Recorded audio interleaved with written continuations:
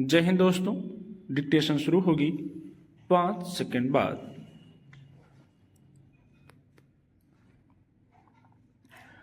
पिछले कुछ समय से विदेशी मुद्रा भंडार में लगातार गिरावट का रुख बना हुआ है। बीते सितंबर में विदेशी मुद्रा भंडार 704.89 अरब डॉलर के अपने सार्वकालिक ऊंचे स्तर पर पहुंच गया था, मगर उसके बाद से अब तक करीब 38 अरब डॉलर की कमी दर्ज की जा चुकी है।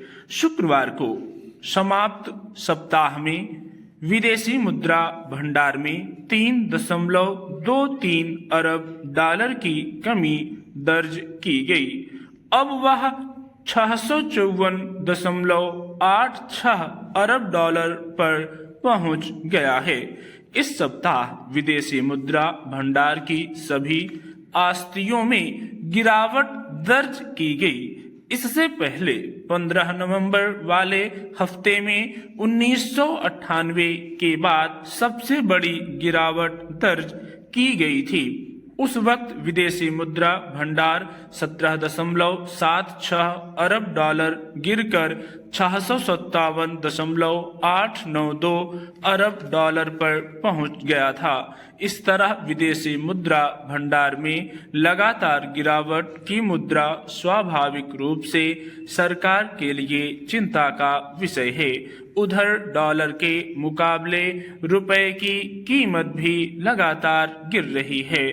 पिछले महीने रुपए की कीमत गिरकर 84.41 के अपने सार्वकालिक निचले स्तर पर पहुंच गई थी। विशेषज्ञों का कहना था कि रिजर्व बैंक रुपए की कीमत में गिरावट को रोकने के लिए विदेशी मुद्रा भंडार से डॉलर निकालकर बेच रहा होगा। विदेशी मुद्रा भंडार की मजबूती से न केवल आर्थिक संकट के समय सुरक्षा का भरोसा बना रहता है, बल्कि इससे अर्थव्यवस्था की बेहतरी का भी संकेत मिलता है। इसमें गिरावट की कई वजहें होती हैं। विदेशी मुद्रा भंडार में कमी से जाहिर होता है कि विदेशी निवेशक अपना हाथ खींच रहे हैं। नवंबर के तीसरे हफ्ते में भारी गिरावट दर्ज हुई तो उसकी बड़ी वजह यही थी। अमेरिकी राष्ट्रपति चुनाव के नतीजे आते ही विदेशी निवेशकों ने अपने पैसे निकालकर अमेरिका का रुख कर लिया। जाहिर है इसका असर विकास परियोजनाओं पर पड़ता है। सरकार एक ओर तो प्रत्यक्ष विदेशी निवेश बढ़ने का दावा करती है, दूसरी ओर उसके विदेशी मुद्रा भंडार में छीजन दर्ज हो रही है।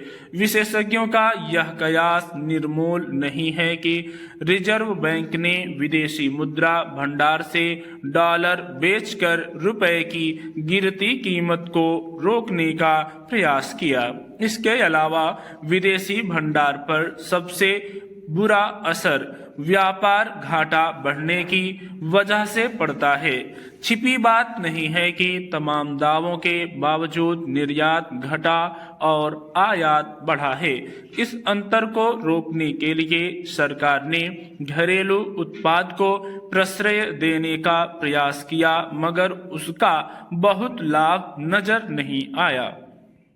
हालांकि भारतीय विदेशी मुद्रा भंडार अभी इतना कमजोर नहीं है कि उसे लेकर चिंता की जाए।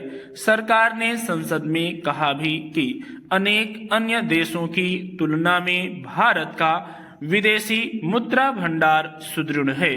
दुनिया का चौथा मजबूत विदेशी मुद्रा भंडार है, मगर जिस तरह इन दिनों महंगाई का रुख ऊपर की तरफ बना हुआ है, विकास दर में असंतुलन दर्ज हो रहा है, प्रति व्यक्ति आय नहीं बढ़ पा रही, दुनिया के कई देशों में संघर्ष के चलते आपूर्ति श्रृंखला गड़बड़ हो गई है, सरकार अपने विकास लक्ष्य की तरफ बढ़ पाने में कुछ थकान महसूस करने लगी है। उसमें विदेशी मुद्रा भंडार का कमजोर होना मुश्किलें तो खड़ी कर ही सकता है। लंबे समय से निर्यात बढ़ाने की सलाह दी जा रही है। अब तक इस दिशा में बेहतरी नहीं आएगी। विदेशी मुद्रा भंडार की मजबूती को लेकर कोई दावा करना कठिन बना रहेगा। हम आबादी के लिहाज से चीन को पछाड़ चुके हैं। अगर पहले दुनिया में 7वां आदमी भारतीय था और 5वां चीनी, तो आज स्थिति विपरीत है। अब हर 5वां आदमी भारतीय और शायद 7वां आदमी चीनी होगा। जहां तक इस देश का संबंध है तो ना तो हम इसमें 142 करोड़ लोगों की सेहत की स्थिति पर गर्व कर सकते हैं और ना ही उनके ज्ञान की क्षमता पर। सेहत के मॉडल बनाकर उन्हें आम आदमी की पहुंच तक लाकर चुनावी एजेंडे बनाए जाते हैं और जय जवान जय किसान के साथ जय अनुसंधान का नारा लगाया जाता है। मगर वास्तविकता यह नहीं है। जहां तक शिक्षा से प्राप्त ज्ञान का संबंध है तो दुनिया कृत्रिम मेधा के युग तक आ गई है। हमारे यहाँ पुस्तक संस्कृति से लेकर अन्वेषण उद्यम तक की मौत होती नजर आ रही है। जब युवा पीढ़ी के ज्ञान का परीक्षण होता है तो पता चलता है कि 10वीं और 12वीं पास भी दूसरी और तीसरी कक्षा के स्तर के गुणा भाग और जमा करने में असफल रहते हैं। क्या इस देश को शिक्षा और चिकित्सा में एक नई क्रांति की जरूरत है? अभी पंजाब में एक विस्तृत परख कार्यक्रम शुरू किया गया है जिसमें यह जांचा जाना है कि पढ़े लिखे नौजवानों की शिक्षा का वास्तविक स्तर क्या है। बेहतर होता कि इससे पहले उन्हें पढ़ाने वाले अध्यापकों की शिक्षा और उनके सामान्य ज्ञान का स्तर भी जांच लिया जाता। इससे भी अधिक बल सेहत पर दिया जाना चाहिए। देश में उपचार बहुत महंगा हो गया है। सरकारी अस्पताल लोगों की कसौटी पर पूरा नहीं उतर पाते और निजी अस्पताल बहुत महंगे हैं। इस समस्या का सामना करने के लिए आयुष और आयुष्मान योजना लाई गई, मगर आयुष योजना में आयुर्वेदिक, यूनानी और एलोपैथी का सही समावेश हम नहीं पाते। आयुष्मान योजना को लेकर निजी क्षेत्र उत्साहित नहीं है। निजी अस्पतालों का विचार है कि आयुष्मान कार्ड जारी तो कर दिए जाते हैं लेकिन मरीजों के उपचार के बाद उनका भुगतान जारी नहीं होता।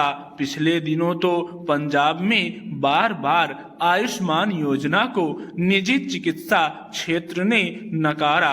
अभी हाल में जब 70 वर्ष से अधिक उम्र के वरिष्ठ नागरिकों के लिए भी आयुष्मान योजना और उसमें 5 लाख रुपए तक के मुफ्त इलाज की स्वीकृति मिली, तब भी निजी क्षेत्र की यही शिकायत थी कि जब पहले त्वरित भुगतान नहीं हुआ तो अब हो जाएगा।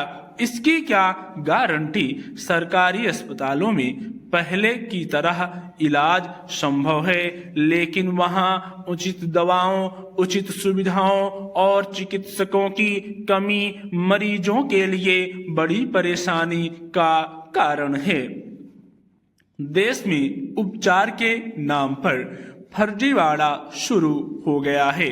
हम दवाइयों के उत्पादन में आत्मनिर्भरता की घोषणा करते हैं, इसके निर्यात का प्रयास कर रहे हैं, मगर हमारी दवाओं का स्तर यह है कि जब कोरोना काल में हमने अपने उत्पादित टीकों के साथ कोरोना पर